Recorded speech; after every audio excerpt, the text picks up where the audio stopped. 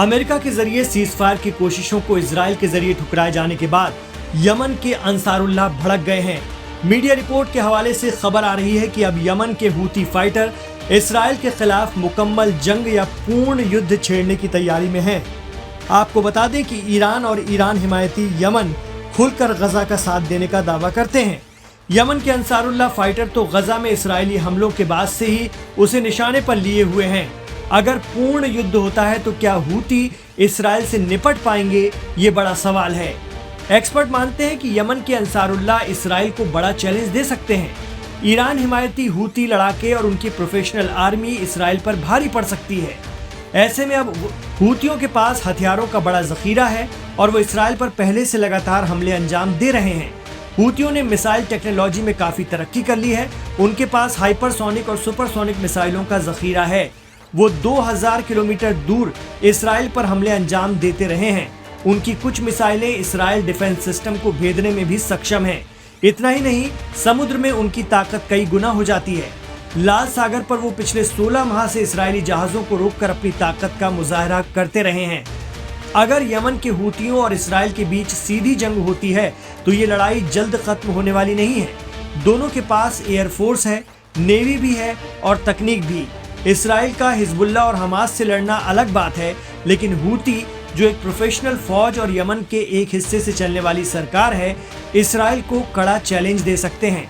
पिछले दिनों अमेरिकी हमलों के बावजूद उन्होंने अमेरिका को सीज फायर के लिए मजबूर कर दिया था। मंगलवार 27 मई को भी यमन के अंसारुल्लाह या हूती मिलिट्री ने दावा किया कि उन्होंने पैलेस्टाइन 2 हाइपरसोनिक मिसाइल के जरिए इस्राएल के बेन गुरियन एयरपोर्ट को फिर निशाना बनाया। ये इलाका राजधानी तेल अवीव के करीब है। इतना ही नहीं, यमन की जुल्फिकार मिसाइल के जरिए इजराइल के ईस्ट जाफा इलाके में तबाही मचाने का दावा भी हूती कर रहे हैं।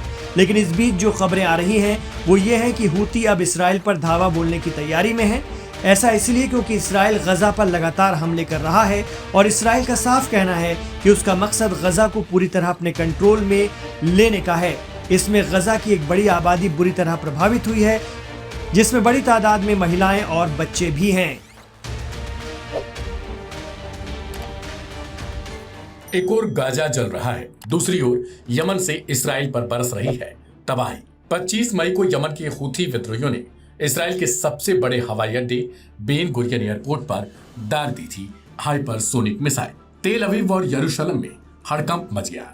एयर ट्रैफिक ठप हो गई और पूरी दुनिया फिर से खड़ी हो गई एक और युद्ध की दहलीज पर। तेल अवीव की शाम आम दिनों जैसी नहीं थी। अचानक आसमान में गूंजी सायरन की आवाजें, लोग दौड़ पड़े बंकरों की ओर और तभी खबर आई यमन से दागी गई हाइपरसोनिक मिसाइल का रुख है इस्राएल के बेन गुरियन एयरपोर्ट की ओर। लोगों को समझ नहीं आ रहा था कि आखिर वो करे क्या। इस्राएली रक्षा प्रणाली ने हालांकि यह दावा किया कि मिसाइल को हवा में ही इंटरसेप्ट कर लिया गया था, लेकिन चश्मदीदों ने बताया धमाके की आवाज इतनी जोरदार थी कि जमीन कांप उठी। एयरपोर्ट कुछ देर के लिए बंद कर दिया गया और अंतर्राष्ट्रीय उड़ानों को रद्द कर दिया गया। वहां मौजूद यात्रियों ने इस बात को स्वीकार किया कि हमले के वक्त उन्हें यह तक नहीं समझ आ रहा था कि आखिर यह है क्या और किया क्या जाए, कहां जाया जाए। यह हमला कोई इकलौता वाकया नहीं था। हूतियों ने 4 दिनों में तीसरी बार इस्राएल पर मिसाइल दागी है और इस बार इस्तेमाल हुआ है हाइपरसोनिक हथियार, यानी आवाज से भी 5 गुना तेज मिसाइल। यह इस्राएल की सुरक्षा प्रणाली के लिए बड़ा खतरा माना जा रहा है। फिलहाल यरूशलेम और तेल अवीव हाई अलर्ट पर हैं। सेना ने संभावित जवाबी हमले की तैयारियां भी शुरू कर दी हैं। प्रधानमंत्री बेंजामिन नेतन्याहू ने ईरान और हूती ठिकानों पर जवाबी एक्शन की बात कही है। इससे पहले भी इस्राएली एयरफोर्स ने यमन में हूती ठिकानों पर कई हमले किए थे। हूती ग्रुप ने इन हमलों में आम नागरिकों की मौत का दावा किया। ग्रुप की ओर से अक्सर ये कहा जाता है वे गाजा की लड़ाई लड़ रहे हैं और भविष्य में इस्राएल पर और आक्रामक हमले करेंगे। गौरतलब है कि इस्राएल की ओर से गाजा पर हर रोज बमबारी की जा रही है, जिनमें हजारों लोगों ने अपनी जान गंवा दी। प्रधानमंत्री बेंजामिन नेतन्याहू पहले ही साफ कर चुके हैं कि हमास के जिंदा रहने तक ये हमले जारी रहेंगे या तो हमास मिलिट्री पावर सरेंडर करे, लेकिन हमास ये सब करने को राजी नहीं। ऐसे में हूतियों की ओर से ये हमले भविष्य की ओर कुछ इशारा जरूर कर रहे हैं। अब सवाल ये है, क्या यह हमला एक नई जंग का संकेत है? क्या हूतियों और इस्राएल के बीच सीधा टकराव होने जा रहा है? और सबसे बड़ा सवाल, क्या गाजा संघर्ष अब पूरे पश्चिम एशिया को आग में झोंक देगा? फिलहाल आपको बता दें कि हूती और इसराइल आमने सामने जरूर है, दोनों की तरफ से एक दूसरे पर जवाबी कार्रवाई की जा रही है। हूती जहां इसे गाजा और फिलिस्तीन के लोगों के लिए लड़ाई बता रहे हैं, तो इसराइल अपनी संप्रभुता को लेकर किसी भी तरीके की खतरा को न पैदा होने देने की बात कह रहा है। इस रिपोर्ट में फिलहाल इतना ही। बाकी की तमाम और खबरों से जुड़े रहने के लिए अभी सब्सक्राइब करें लाइव हिंदुस्तान।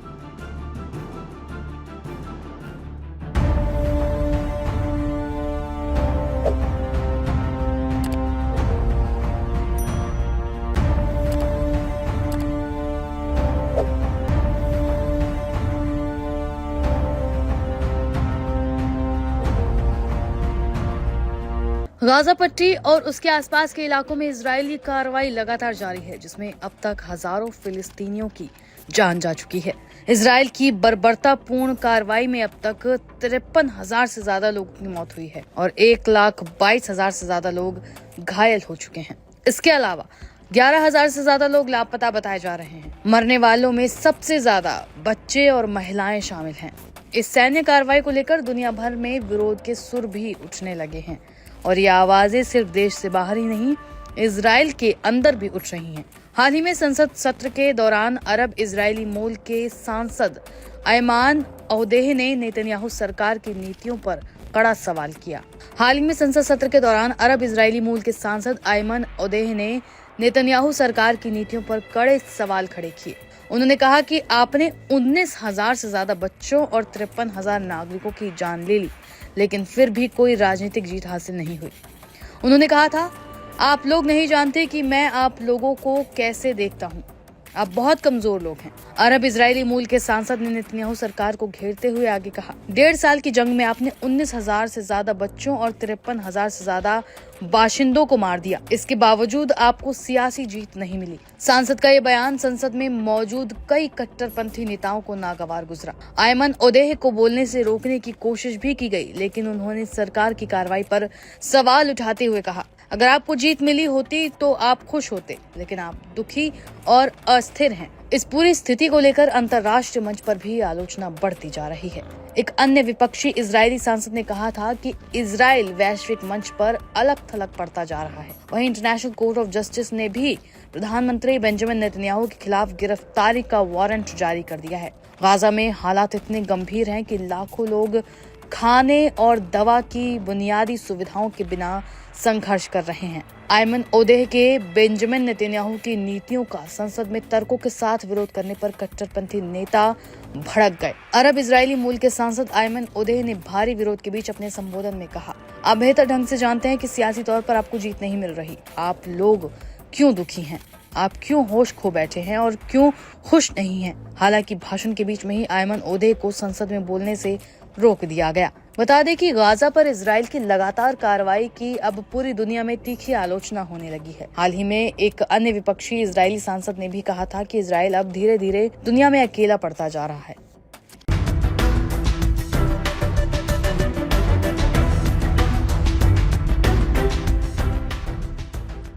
ईरान और अमेरिका के बीच परमाणु मसले पर बातचीत चल रही है, लेकिन 5 चरणों की बातचीत होने के बाद भी दोनों पक्ष किसी अंतिम निर्णय पर नहीं पहुंच पाए हैं।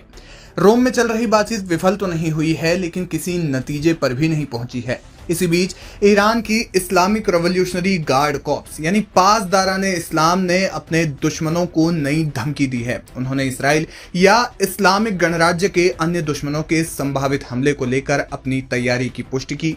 IRGC ने कहा कि उनकी तैयारी इस वक्त पूरी है और वे दुश्मन के किसी भी हमले का जवाब देने के लिए पूरी तरह से तैयार हैं।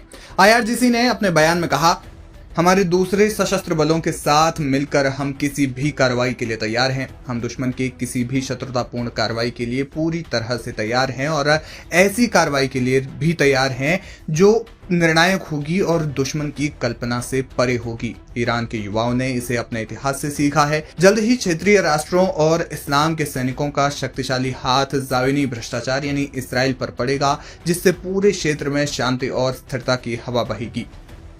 IRGC ने इस बात पर जोर दिया कि उनकी रक्षात्मक स्थिति सभी इलाकों में फैली हुई है। उन्होंने अपने बयान में इसराइल और अमेरिका को संयुक्त रूप से चेतावनी दी। उन्होंने साफ किया कि दुश्मन की किसी भी कार्रवाई का जवाब केवल और केवल बल से दिया जाएगा और इलाके में शक्ति संतुलन को बदल दिया जाएगा। दरअसल IRGC ने ये चेतावनी ईरान इराक युद्ध के दौरान खुर्रम शहर की मुक्ति की वर्षगांठ के अवसर पर दी। सेना ने घोषणा की कि वो ईरान की गरिमा और सम्मान के नाम पर खून की आखिरी बूंद तक इस जमीन की रक्षा करेगी। कई रिपोर्ट्स में ये दावा किया जा रहा है कि अगर ईरान अमेरिका के बीच परमाणु मसले पर बातचीत विफल हो जाती है तो इसराइल ईरान पर सैन्य कार्रवाई कर सकता है। ऐसा हुआ तो मिडिल ईस्ट में खूनी संघर्ष और तनाव तेज हो जाएगा। कहा जा रहा है कि ईरान इसी संभावित खतरे से निपटने के लिए अपनी सैन्य ताकत को बढ़ा रहा है।